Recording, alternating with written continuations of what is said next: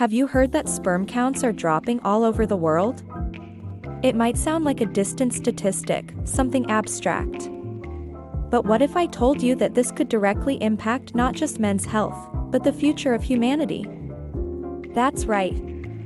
In recent years, a number of studies have revealed a troubling trend. Men are producing fewer and fewer sperm.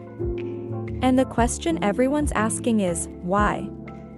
Over the next few minutes, we're going to break down what's behind this decline, what the possible causes are, who's most at risk, and more importantly, what this all means for the rest of us, even for those who don't plan to have kids.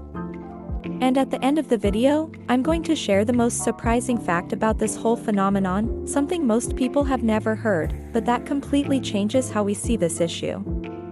The first thing you need to know is that the drop in sperm counts is real.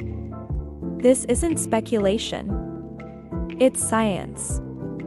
In 2017, a study published in the journal Human Reproduction Update analyzed dozens of reports from 1973 to 2011. The result was shocking. Sperm counts in men from Western countries had fallen by over 50% during that period. And it didn't stop there.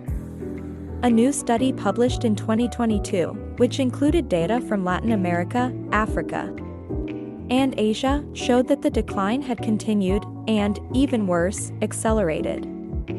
In other words, this is happening now.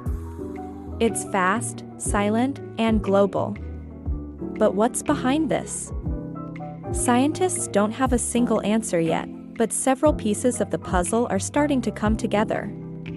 One of the main suspects is something called endocrine disruptors.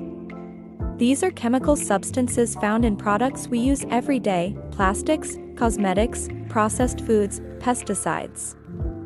They interfere with the body's hormonal system, messing with the signals that regulate, among other things, sperm production.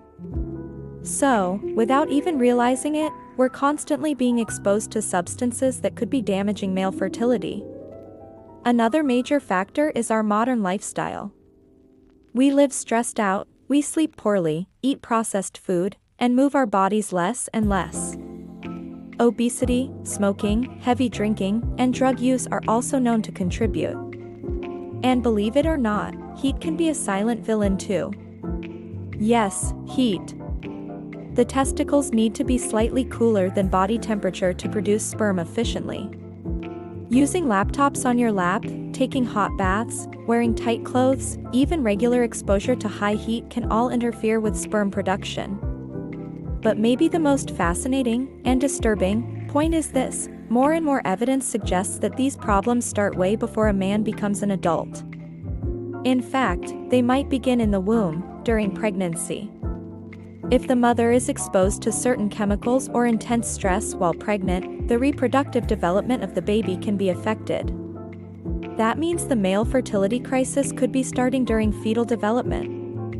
And when that baby grows up, he's already carrying a weaker biological foundation. Now, you might be wondering, okay, but does this mean men are going to stop having kids? That no one will be able to reproduce anymore? Not exactly.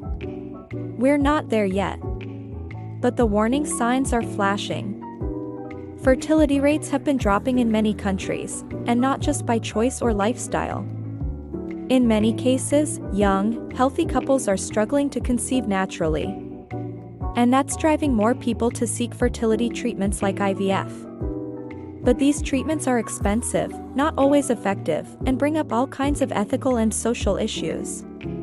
Beyond that, low sperm count may actually be a sign of something much bigger: overall poor health. Men with low counts are more likely to have metabolic issues, heart disease, even cancer. That shows us this isn't just a reproductive problem. It's a systemic one, a reflection of how we're treating our bodies, our environment, and our way of life. And here's the big curiosity I promised at the beginning. Some scientists believe that if this trend continues, we could reach a critical point around the year 2045, when the global average sperm count could approach zero. That's right. Zero. A point where natural conception might become rare, or even impossible, for large portions of the population. Are we there yet? No. But we're heading in that direction, fast. The good news is, there's still time to act. Many of the causes are things we can change. We can adopt better habits, push for stricter regulations on chemical use, invest in preventive health and education. But it all starts with awareness. If this video made you think, share it with someone. Let's get this conversation going. Hit the like button, subscribe to the channel, and let me know in the comments, had you heard about this before? Do you think this is something we should be seriously concerned about, or do you believe science will find a solution before it becomes a real problem? I'll be reading the comments and replying to the best ones.